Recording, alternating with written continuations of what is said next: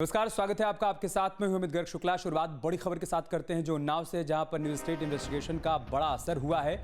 प्राथमिक शिक्षा विभाग में करोड़ों का घोटाला जो सामने आया था, उस मामले में अब एक्शन शुरू हो गया है। 3 करोड़ के घोटाले का यह मामला है। डीएम के आदेश पर एफआईआर दर्ज हो गई है। डीआईओएस दफ्तर के वरिष्ठ लिपिक सागर कपूर के खिलाफ एफआईआर दर्ज हुई है। इसके अलावा एमआरआरएस इंटर कॉलेज के वरिष्ठ लिपिक अमित मिश्रा पर भी एफआईआर हुई है। इंटर कॉलेज के चतुर्थ श्रेणी कर्मचारियों के खिलाफ भी एफआईआर दर्ज की गई है। वीके त्रिपाठी, कुलदीप कुमार, राधे श्याम के खिलाफ एफआईआर हुई है। सदर कोतवाली में आरोपियों के खिलाफ एफआईआर दर्ज कराई गई है। लिपिकों ने चतुर्थ श्रेणी कर्मचारियों के खाते में राशि भेजी थी। डीएम का बयान आया है, किसी भी दोषी को बख्शा नहीं जाएगा।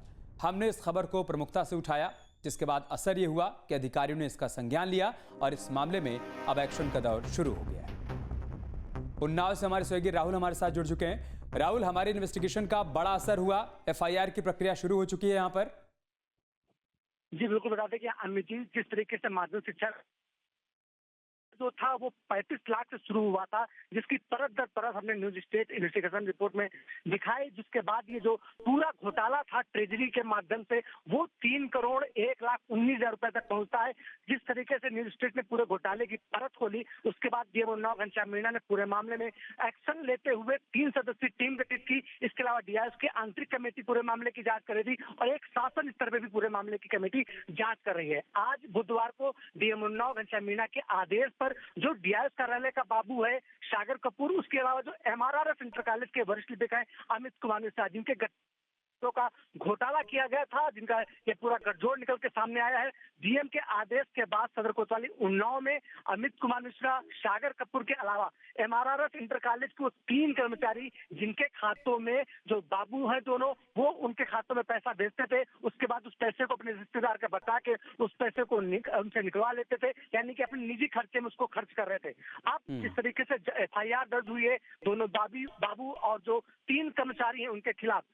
डीएम उन्नाव का साफ तौर पे कहना है कि पूरे मामले में जांच अभी जारी है। जो घोटाला है उसकी अभी जो धनराशि है वो आगे बढ़ सकती है। जो भी दोषी होगा उसके खिलाफ कड़ी कार्रवाई की जाएगी। और जो सबसे प्रमुख बात है, जो घोटाला की धनराशि है 3 करोड़ 1,19,000 रुपए, उसमें से 73 लाख रुपए रिकवरी भी किया जा सका है, यानी कि राष्ट्रीय जो कोषागार होता है उस पैसों को जमा भी कराया जा चुका है। जी राहुल, क्या ये संभव है क्या कि डीआईओएस ऑफिस में बैठे हुए क्लर्क इस तरीके से इस फर्जीवाड़े को अंजाम दे रहे हों, ये करप्शन का खेल चल रहा हो और ऊपर बैठे हुए अधिकारियों को इस बात की खबर तक ना हो?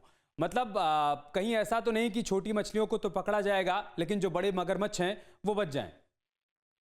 देखिए, निश्चित तौर पे जो जिस तरीके से खेल होता है, पहले जो सैलरी बनती है, एरियर होता है और जो अन्य तरह के भुगतान होते हैं, उनको जो विभागीय बाबू होते हैं उसको एक पूरा डाटा तैयार करते हैं। उसके बाद उसको ट्रेजरी जाता है, ट्रेजरी से सत्यापन के बाद वो डीआईएस कार्यालय पहुंचता है। वहां के सत्यापन के बाद उस पैसे को जो विभागीय पैसा होता है, शिक्षक या विभाग के बाबू, उनके में ट्रांसफर किया जाता है। तो जांच जो अब आगे की जांच वो इसी बिंदु पर केंद्रित है कि इस पूरे खेल में और कौन कौन लोग शामिल हैं। तो इससे इनकार भी नहीं किया जा सकता कि इसमें जो बड़े अफसर हैं वो भी शामिल हो सकते हैं, क्योंकि उन्होंने जो